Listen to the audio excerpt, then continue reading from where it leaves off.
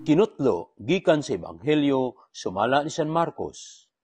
Unya si Jesus ug ang iyang mga tinun-an miadto sa mga balangay sa Cesarea Filipo. Samtang naglakaw sila, iyang gipangutana ang iyang mga tinun-an. Kinsa man kuno ako sumala sa mga tao?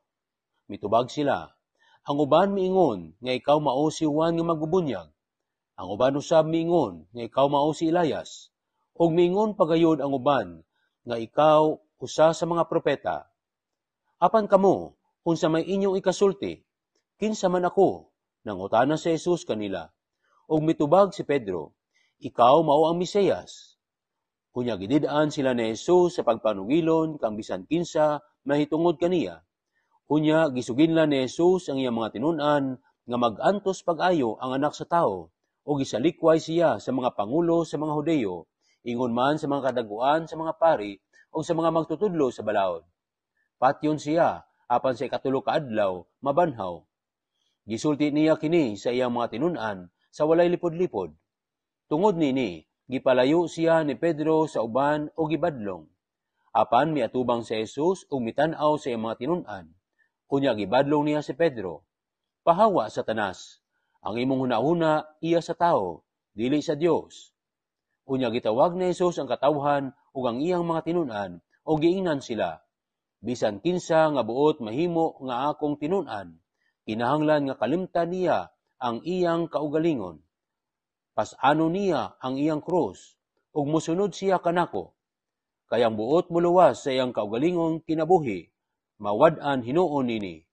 Apan kadtong maghalad sa iyang kinabuhi alang kanako ug sa maayong balita dili mawad-an nini.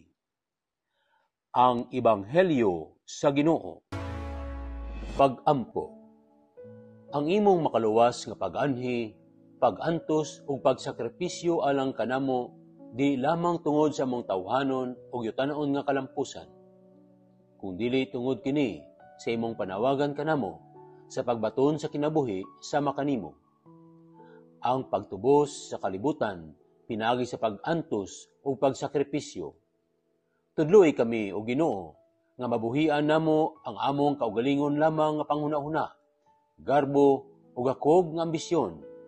Giyahay kami aron makasanong o makapuyo kami diha kanimo ug sa uban. Tagaay kami sa igong kusog, sa paglahutay sa kalisod, pagsalikway ug bisan sa pag-antos tungod sa pagsubay sa imong pulong. Ginoo, among ginatugyan ang tanan diha kanimo. Amen. Salamat sa pagpaminaw sa Ebanghelyo o pag-apil sa pag-ampo alang karong adlaw. Palihog subscribe, like, share o follow aron makaabot pud kini sa uban. Og nga bendisyonan ka o ang imong pamilya sa ngalan sa Amahan, sa Anak ug sa Espiritu Santo. Amen.